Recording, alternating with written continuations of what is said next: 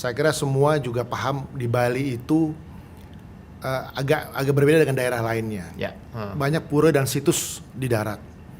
Kita hampir tidak mungkin menurut kami membuat landasan sepanjang 3.600 meter tanpa menggusur pura atau situs.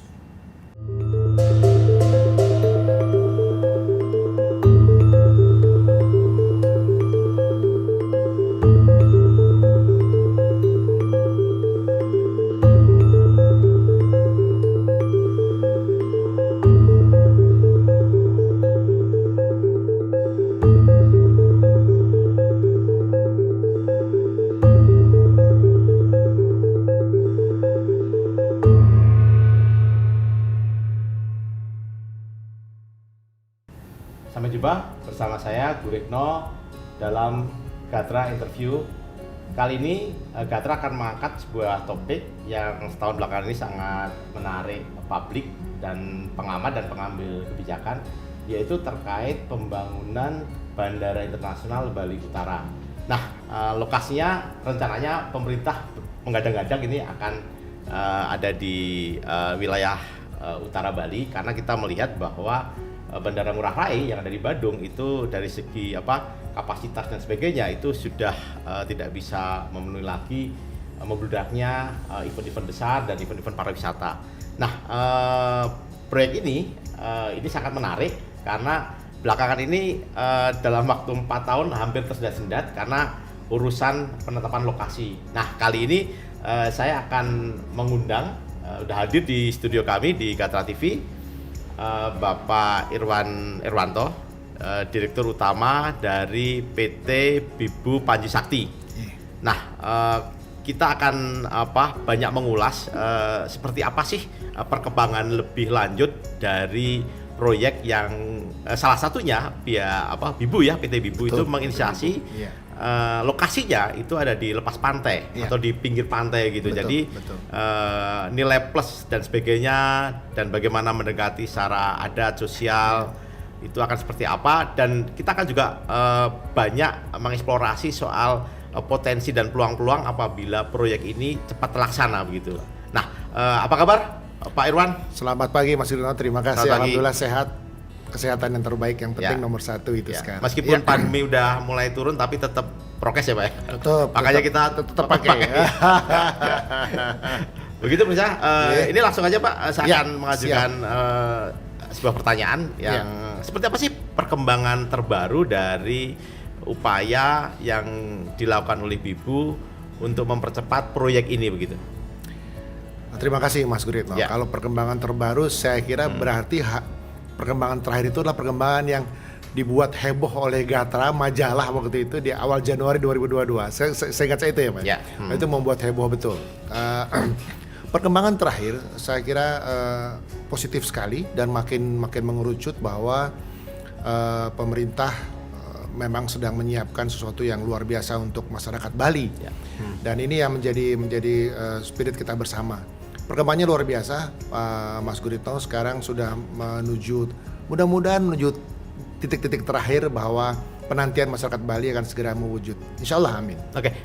Kalau kita melihat kan sebenarnya yang dibutuhkan oleh Bibu ya, dan mungkin masyarakat yang selama ini sudah mendapatkan sosialisasi dari PT Bibu ya, masyarakat di Bali Utara itu mengenai penetapan lokasi ini hambatannya, kendalanya apa? Ini kan banyak Pak. Kan kalau kita melihat ya di belakang itu memang dari aspek ekonominya, kemudian penetapan itu plus minusnya kalau di darat dan kemudian kalau di lepas pantai itu seperti apa sih kendala-kendala hambatannya sebenarnya? Sesungguhnya kendala itu sudah hampir tidak ada sekarang. Kalau hal-hal kecil masih ada. Tetapi overall Mas Guritno, sesuai dengan apa yang kita upayakan sampai saat ini, secara teknis sudah selesai. Secara administrasi sudah selesai. Secara finansial juga sudah selesai. Seperti Mas tahu, kita disupport oleh pembiayaan dari partner kita. Kemudian juga dari Kementerian Perhubungan kemarin meminta kita untuk melengkapi kajian-kajian dari pihak-pihak independen, kita sudah kerjakan juga. Jadi seharusnya sih sudah lengkap semua ya menyiapkan penetapan lokasi ini. Mudah-mudahan tidak lama lagi lah. Saya meyakini tidak lama lagi akan keluar untuk penetapan lokasi ini. Oke, tadi Pak Iwan menyebutkan soal semacam kajian dan sebagainya untuk supporting kalau itu penetapannya ada di lepas pantai. Itu dari mana aja Pak? Selama ini yang dari awal sampai ujung-ujungnya itu diminta lagi oleh Kementerian Perhubungan, itu dari mana aja yang sudah diupayakan oleh pihak BIBU? Terakhir yang terakhir itu dari perguruan tinggi lah yang pasti kan, itu akademisi ya, karena kami juga meyakini bahwa kalau apa yang kami upayakan ini, yang kami studikan ini memang semuanya pasti akan setuju dan sependapat. Dari awal kami ini tidak pernah berubah, Mas Guritno. Ya. Sejak 2015 sampai sekarang kajian kami tetap di pesisir pantai itu. Ya. Kami sudah mengkaji 8 lokasi, yang terbaik ya lokasi kami ini. Dan itu tetap sesuai dengan Perda RT RW Provinsi Bali dan Kepres tentang PSN tetap di Bali Utara gitu. Oke. Itu Mas Guritno. Oke, Pak, ini kan kalau saya baca ya, itu kan bagian dari proyek strategis nasional ya, proyek Bandara Internasional Bali Utara ini. Kalau tadi Bapak sebutkan ada 8 lokasi dan sebagainya, ada penetapan yang ada di Bali Barat, kemudian ada di bekas bandara di Buleleng kan, bandara yang dulu kan Buleleng dulu ibu kota dari Bali kan. Nah kemudian ada inisiasi yang baru yaitu di lepas pantai. Nah itu plusnya apa sih Pak kalau kita lihat di lepas pantai? Pertama Pak, kita tahu ini Bali. Saya kira semua juga paham di Bali itu agak berbeda dengan daerah lainnya. Banyak pura dan situs di darat. Kita hampir tidak mungkin menurut kami membuat landasan sepanjang 3.600 meter tanpa menggusur pura atau situs. Nah itu kalau itu kita lakukan di pesisir, jelas bebas dari itu. Kemudian kita tidak akan menggusur juga masyarakat. Kalau di darat pasti akan gusur masyarakat. Menggusur pura, menggusur situs, menggusur masyarakat, dan menggusur lahan produktif. Itu tidak akan terjadi ketika kita buat bandara di pesisir. Tapi kita di darat akan jadi juga mungkin ya, tapi pasti akan lama persoalan karena persoalan tanah sendiri banyak masalah di Bali itu. Ketika kita bikin di laut, memang lebih mahal Mas Guritno, tapi lebih pasti selesainya gitu, karena hal-hal tadi di luar hal teknis itu sudah selesai gitu, nggak akan terkendala lagi gitu. Cultural dan environment side itu sudah selesai kalau kita kerjaan di laut. Itu sih unggulan kami itu di situ.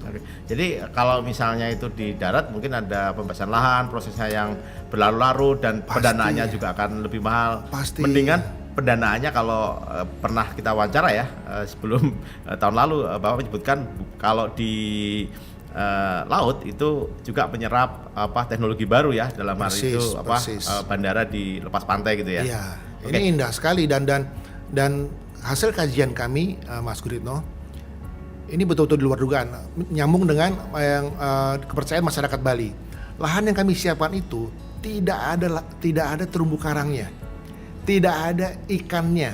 Jadi betul-betul pasir rata betul gitu. Seolah-olah Tuhan siapkan untuk masyarakat Bali ini ya, bangun seperti itu ya. Tapi itu yang kami temukan dalam studi kami gitu. Makasih Mas Iwan.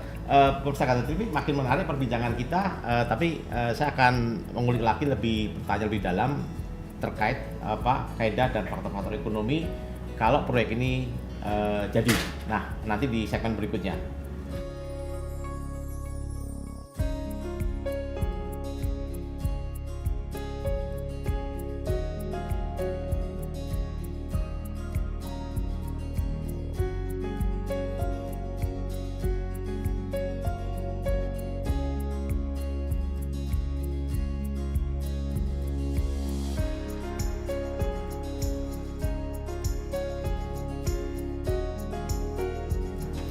Kembali ke segmen kedua bersama saya Guritno dan masih bersama Pak Iwan.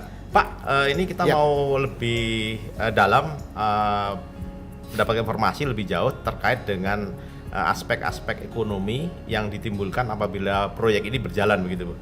Nah, pertama itu aku mau tanya ini sebenarnya yang juga pernah digaungkan oleh beberapa pengamat ya di media massa dan medsos itu terkait sebenarnya dengan tertunda-tundanya Penlock ini ya, proyek ini nggak lekas dimulai, itu ada potensial loss atau kerugian ekonomi yang sebenarnya benefitnya akan bisa diterima lebih awal apabila ini proyek segera dilakukan, karena ini juga tadi pertama PSN, kemudian bisa mendatangkan investasi dan sebagainya. Nah, kalau dari pihak BIBU sendiri, dari kajiannya seperti apa sih Pak? Potensi-potensi yang akan potensi ekonomi yang dimunculkan dari proyek ini begitu? Sederhana Mas, buat saya sederhana saja. Satu hal yang kita kehilangan, potensi investasi yang demikian besar. Bandara sendiri 17 triliun kurang lebih, plus Aerotropolis itu 50 triliun. Ini luar biasa Mas, potential loss yang sudah kelihatan depan mata. PDRB Bali NTB itu sekitar 6,1 triliun per tahun. 4 tahun kali kan berapa? Sekitar 16 triliun Mas. Kita hilang. Itu sedih sih. Berapa ratus ribu karyawan yang harusnya tercipta juga hilang. Karena kajian kami, kita akan menyiapkan sekitar 200 ribu lapangan pekerjaan. Nah, itu sayang banget kan. Sementara sekarang Bali kita tahu setelah pandemi ini baru mulai bangkit tertatih-tatih untuk bagaimana orang untuk bisa bekerja kembali di dunia pariwisata. Nah, kalau kita jalan sejak awal itu mungkin sudah berputar ini ekonomi ini. Dan pilihan kita di Bali Utara bagian timur ini bukan hanya untuk Buleleng, Mas Guritno. Kabupaten di Bali itu yang akan ikut menikmati juga adalah sebelahnya Buleleng, itu Karangasem. Kemudian di bawahnya ada Kabupaten Bangli. Nah, itu ikut juga terimbas ekonominya oleh bandara ini, apalagi kawasan. Makanya kami mengusung tagline membangun Indonesia dari Bali Utara. Akan banyak sekali tercipta lapangan pekerjaan baru, mesin ekonomi baru yang akan kita create dalam pembangunan Bandara Bali Utara nih. Yang terpenting adalah yang paling besar justru Mas Guritno, Aerotropolis. Oke. Itu yang kita bangun. Ini kayaknya bisa satu-satunya di Indonesia ya, Aeropolis ini ya. Seperti apa sih? Bapak bisa ceritakan ya? Jadi kita tuh bangunnya 3 bagian, kita sebutkan. Satu bandara itu sendiri, kemudian yang kedua Aerocity yang menempel dengan bandara, next dari bandara itu untuk mensupport kebutuhan bandara. Itu maksudnya di darat ya Pak ya? Ini di laut. Oh, di laut. Ini masih di pantai nih. Oke. Aerocity itu masih di pantai. Aerocity masih di pantai. Jadi bandara Aerocity masih di laut. Menyeberang ke darat itu Aerotropolis. Yang kita siapkan sekarang sekitar 2.800 hektar lahan, Mas. Besar sekali ya. Luas banget. Jadi kita membangun kota baru. Kita membangun peradaban baru. Ini yang harus masyarakat Indonesia harus tahu. Kita bukan sekedar bangun bandara. Kita bangun peradaban baru, mengembalikan. Kalau zaman dulu kita tahu mungkin Mas Guritno bahwa Singaraja itu kan adalah ibu kota dari Sunda kecil. Dalam sejarahnya ya. Dalam sejarahnya gitu. Nah, dan itu sekarang menyedihkan karena pada bekerja ke selatan semua. Kalau Bali itu kan timbang ke selatan gitu. Nah, ini kita coba kembalikan dengan membuat Aerotropolis. Di situ nanti ada hotel, ada lapangan golf, ada rumah sakit, ada perguruan tinggi. Ya seperti kota baru lah. Para seniman akan silakan, kita akan sudah merancang namanya kalau di sana ada Hollywood, kita bikin Bollywood gitu. Pusat film di Indonesia itu akan di Bali. Nah, itu luar biasa. Ini pergerakan ekonomi yang akan tumbuh ini dari Aerotropolis yang kita bangun. Itu yang luar biasa sebenarnya, Mas. Jadi kalau tadi Bapak sebutkan 600.000 orang yang mungkin tenaga kerja akan terserap gitu kan. Dan 600.000 orang itu otomatis juga akan membawa nilai ekonomi yang menyerap ekonomi yang sangat besar gitu kan. Dan yang menarik itu konsep Aeropolis itu memang sejauh ini memang kurang dipahami oleh masyarakat. Tapi Bapak bisa ceritakan Pak terkait dengan bagaimana kan ini untuk menselesaikan kepada masyarakat lokal itu kan butuh effort, upaya. Nah, sejauh ini seperti apa sih respon gitu ya dari masyarakat Bali yang selama ini kan kekeh dengan adatnya gitu kan, dengan tradisinya gitu kan. Dan ini ada mungkin ada semacam benturan budaya dan sebagainya, tapi kalau saya lihat dari desain dan sebagainya itu bukannya menjual asing ke Bali, tapi menjual Bali ke internasional gitu kan konsepnya. Nah, seperti apa sih penerimaan masyarakat Bali sendiri? Ini akan menjadi sesuatu yang betul-betul baru dalam bisnis sebuah kota baru yang dibangun, Mas. Apa itu yang baru? Sekarang kalau Mas Guritno cari ke Bali Utara, Mas boleh cari sekarang juga gitu. Apakah ada 1 meter saja tanah milik Erwanto di sana gitu misalnya, atau milik PT BU Panisakti di sana? Nggak akan Mas temukan gitu. karena kita akan menggandeng masyarakat. Ya. Masyarakat tidak akan kehilangan tanahnya. Jadi kami sudah menggandeng seluruh desa di Kubu Tambahan itu untuk bersama-sama membangun kota di tempat mereka. Jadi mereka ikut menyertakan lahannya untuk sama-sama membangun. Jadi kepemilikannya bersama-sama. Kami nggak membeli lahan, Mas. Itu bedanya. Oke. Pak, tadi Bapak ada pertanyaan yang terlewat soal pendanaan, Pak. Pendanaan itu kan apakah pembiayanya dari investasi dari asing yang datang dari luar negeri ke kita dan sama sekali tidak mengganggu APBN dalam itu pembiayaan pemerintah. Artinya itu sektor swasta yang hadir ke situ gitu. Betul. Seperti apa, Jadi Pak? kami ini unsolicited. Kami sepenuhnya menggunakan dana investasi. Ya. Tidak menggunakan Rp1 pun dana APBN, apalagi APBD. Jadi seperti kami laporan kepada Kementerian Bappenas, kami sepenuhnya investasi dalam negeri dan luar negeri. Ya. Jadi yang terbesar memang dari Cina, Ya. yaitu partner kami dari CSCEC yang akan bekerjasama dengan kami dengan pola turnkey. Ya. Jadi negara aman sekali sebenarnya dari sisi pembiayaan bahwa kita sudah siap. Situasi seperti sekarang kita tahu negara tidak punya dana, tapi bandara ini harus dibangun sesuai karena kebutuhan. Ya. Bisa Anda bayangkan sekarang misalnya Bali sudah bangun sekarang bangkit setelah pandemi, Mas. Ya. Kemudian penerbangan mulai normal, tiba-tiba ada pertemuan internasional, regular flight harus tunggu. Ya. Ada bencana alam lagi, tunggu. Nah kalau kita sudah ada dua bisa saling komplementer sebenarnya antara utara sama selatan itu sih. Jadi finansial kita insya Allah tidak mengganggu anggaran negara. Itu yang penting.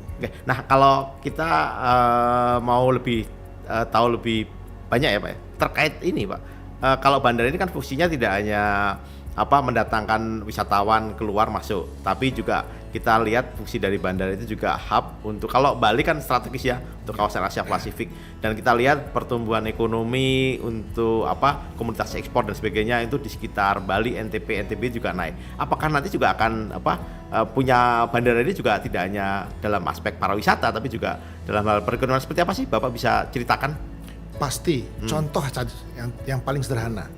Selama ini teman-teman itu kalau kirim ikan itu mau ekspor itu butuh waktu lama karena ke selatan. Ya. Itu disimpan lagi sebelum terbang. Sementara untuk hal-hal yang penting misalnya itu nggak boleh lebih dari 8 jam gitu. Ikan tuh supaya masih tetap segar sampai di Jepang misalnya. Ya. Nah kalau ada di bandara kita, Anda bisa bayangkan sudah di posisi di laut. Teman-teman yang bisnis di laut itu hanya butuh memindahkan lokasi dari kapalnya langsung ke tempat kargo. Dia bisa langsung berangkat. Kargo storage langsung berangkat. Ya? Berapa banyak efisiensi yang bisa kita dapatkan dari situ. Jadi betul-betul tidak hanya untuk pariwisata, Mas Guritno, dan yang lain-lain lagi. Itu yang kita katakan memang nanti Bandara Bali Utara jadi hub utara selatan, timur barat, dan Mas coba tarik itu Bali Utara itu betul di tengah-tengah betul itu posisinya. Oke, terima kasih Pak Iwan. Makin menarik perbincangan kita, tapi nanti saya akan lanjut ke segmen berikutnya Pak. Saya akan tanya lebih jauh soal ini kan keterlibatan masyarakat penting ya di Bali. Betul. Jadi kalau kita lihat proyek itu jangan menyingkirkan masyarakat gitu kan. Siap. Kalau perlu melibatkan, dan yang tadi saya sudah tanya soal kajian-kajian dan sebagainya. Betul. Nah, seperti apa sih kajian yang selama ini sudah dilakukan? Mungkin nanti Pak Iwan bisa diskusikan lebih mendalam. Siap.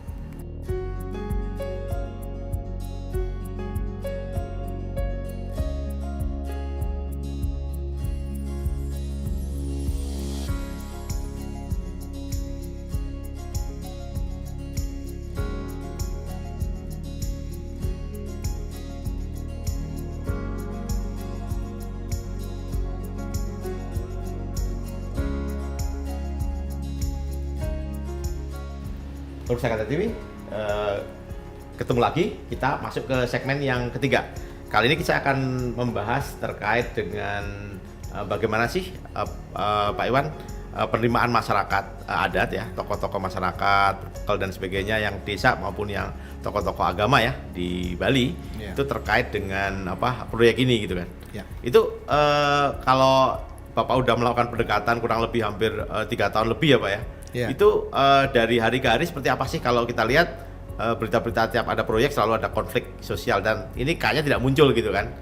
Kita bisa serap di media massa, mainstream, dan juga media sosial dan media online. Itu pendekatannya seperti apa sih yang khas gitu loh? Mas Guritno, dari sejak awal salah satu kajian kami, FS kami yang kami buat, kami mendasarkan pekerjaan ini berdasarkan pada konsep Trihita Karana. Oke, ya. Nah ini yang membawa kami sampai titik ini. Trihita Karana diantaranya apa?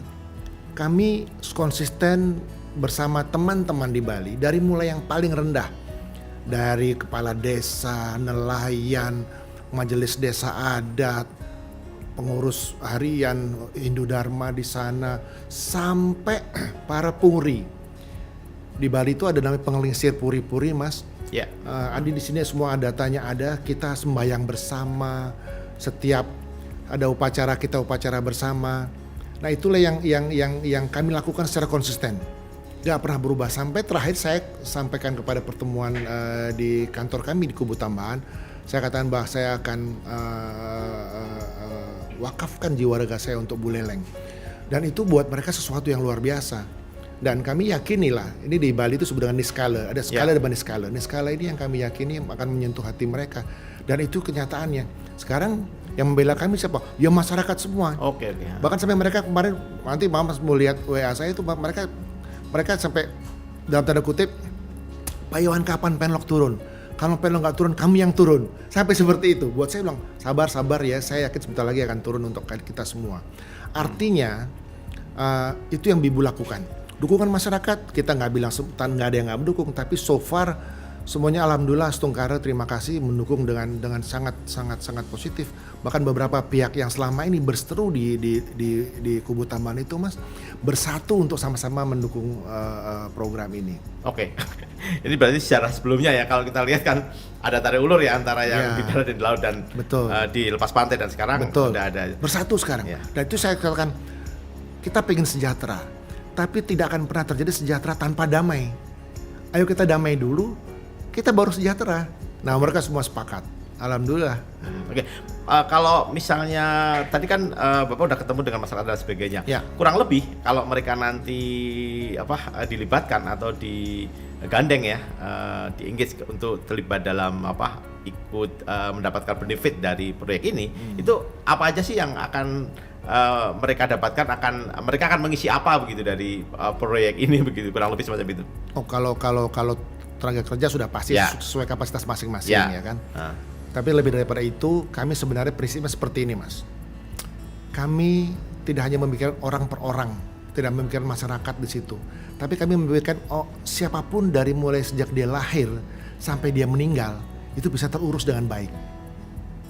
Nah, oke, lahirnya sudah tercover nanti biaya rumah sakitnya, oke dia sekolah, dia bekerja nanti, semua sudah kita pertimbangkan, kita pikirkan lah sampai sejauh itu. Keterlibatan mereka, desa kita libatkan semua, sampai yang namanya majelis desa adat itu kita libatkan, dari berbagai pihak lah ya.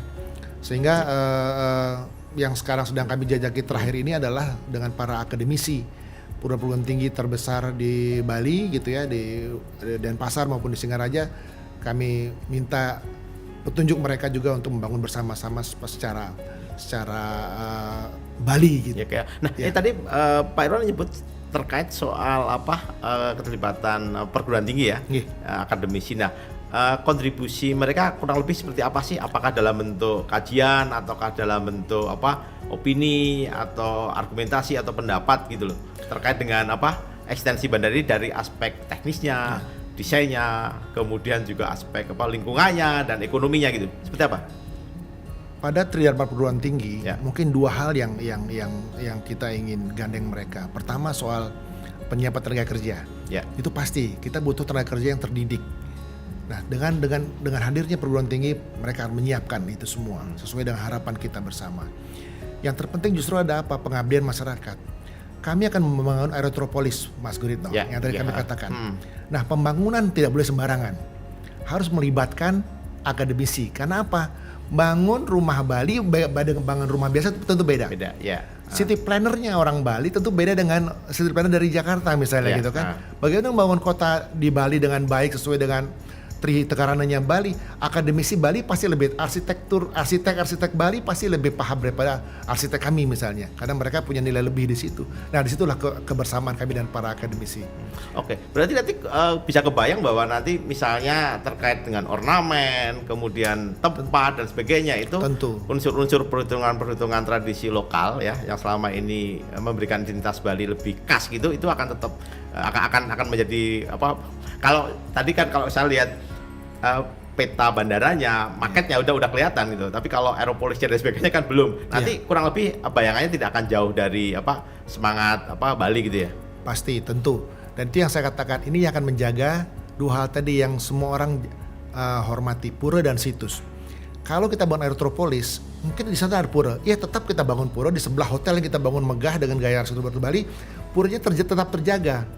Oke, Di sini kita akan lapangan golf, ada situs di situ, tetap kita jaga situsnya. Justru kita percantik sehingga bisa menjadi tujuan wisata juga gitu. Nah ini yang kita libatkan perguruan tinggi untuk itu. Mereka menghitung dengan benar. Karena kan kalau di Bali itu Mas Rudi bangun rumah aja itu mesti ada hari baik ya hari. Ya, kita kemudian hitung-hitungannya. ukurannya seperti apa, Ya. menghadap mana. Itu luar biasa yang saya kira kelebihan arsitek-arsitek di Bali mungkin. Dan itu nanti tidak akan dikesampingkan gitu ya, akan dilibatkan. Iya. Kami nggak ingin lakukan salah hal yang kecil-kecil di Bali itu. Oke. Pemirsa Gatra TV makin menarik, tapi sebelum sesi segmen penutup nanti saya akan kembali akan lebih jauh terkait dengan ujung-ujungnya kan penlock juga gitu loh. Nah ini hal kritis seperti apa yang nanti akan saya tanyakan ke Pak Irwan. Sampai ketemu.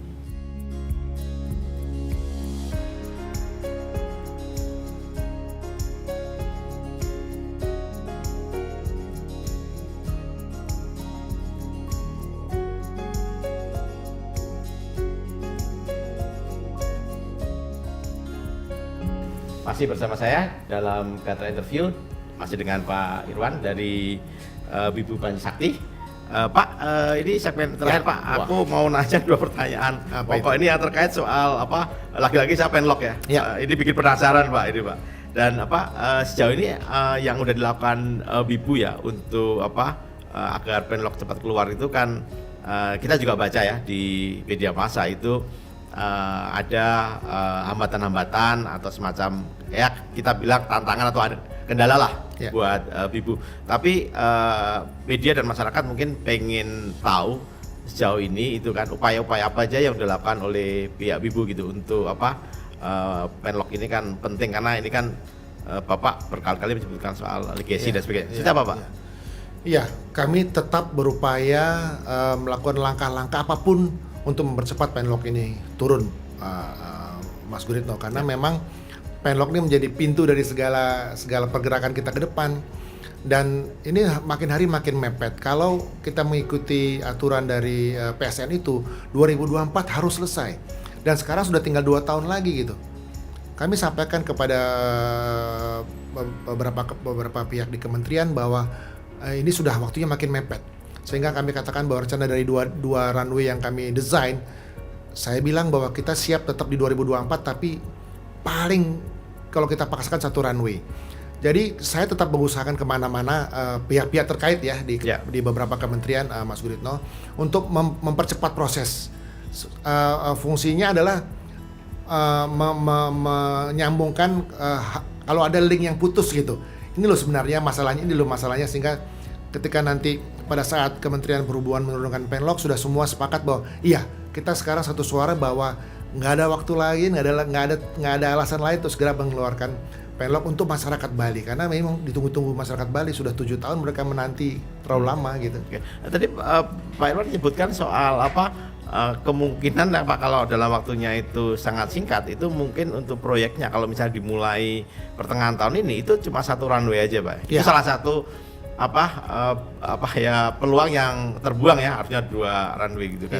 Nah kalau ini pertanyaan yang pungkasan Pak Irwan, harapannya apa sih kepada publik, masyarakat dan media massa dan mungkin pengambil kebijakan gitu kan, karena ini kan Bapak beberapa kali mengatakan ini kita akan bangun suatu hal yang bukan merubah Bali gitu loh, tapi memberikan identitas yang kuat kepada Bali lewat bandara ini dan memberikan keuntungan untuk wilayah koridor sekitarnya dan mungkin legasi untuk yang bisa ditinggalkan oleh pemerintahan periode kedua Pak Jokowi. Seperti apa, Pak? Nah, itu tadi yang saya kira statement Mas Gudo terakhir itu yang paling bagus justru. Ini legacy pemerintah Bapak Jokowi saat ini untuk meninggalkan sesuatu kepada masyarakat Bali. Karena sesungguhnya Mas Guritno bahwa waktu 2 tahun itu tinggal sedikit lagi gitu. Ya, singkat ya. Singkat sekali Ya, gitu. Tapi kami masih punya keyakinan bahwa itu bisa kita selesaikan sesuai dengan harapan Presiden dan ini bisa menjadi kebanggaan kita bersama gitu. Harapan masyarakat Bali sudah terlalu lama menunggu ini dan jangan lagi dijadikan masalah-masalah politik gitu ya. Hindari semua perdebatan politik bahwa ini adalah sesungguhnya hanya untuk kemakmuran dan perkembangan masyarakat Bali dan sekitarnya. Makanya kami katakan ini bukan Mutabahan saja, bukan Buleleng saja, bukan Bali saja, tapi Indonesia sebenarnya. Jadi harapan kami mudah-mudahan segera turun penlok untuk masyarakat Bali. Itu Mas Guritno. Oke, demikian pemirsa Gatra TV perbincangan saya dengan Bapak Iwan Irwanto, Direktur Utama Bibu Panji Sakti. Makasih Pak Irwan sudah hadir di studio kami dan mungkin nanti kita akan memfollow up dengan interview berikutnya ya di media kami dengan banyak kanal. Ada TV, kemudian ada .com, ada juga print, majalah, dan ada juga digitalnya juga untuk diakses kepada masyarakat. Dan mungkin tadi Pak Irwan banyak menyuarakan kepentingan masyarakat di Bali dan Bali Utara dan mungkin masyarakat di koridor Bali ya. Bali, kemudian Lombok, kemudian NTT, kemudian juga Jawa Timur ya, bagian timur ya, Banyuwangi dan sebagainya. Betul. Mungkin itu perbincangan kami sementara ini dan pemirsa Gatra TV sampai jumpa dalam special interview berikutnya dengan tamu-tamu dan isu-isu yang tidak kalah menariknya. Sampai jumpa. Sampai jumpa. Terima kasih.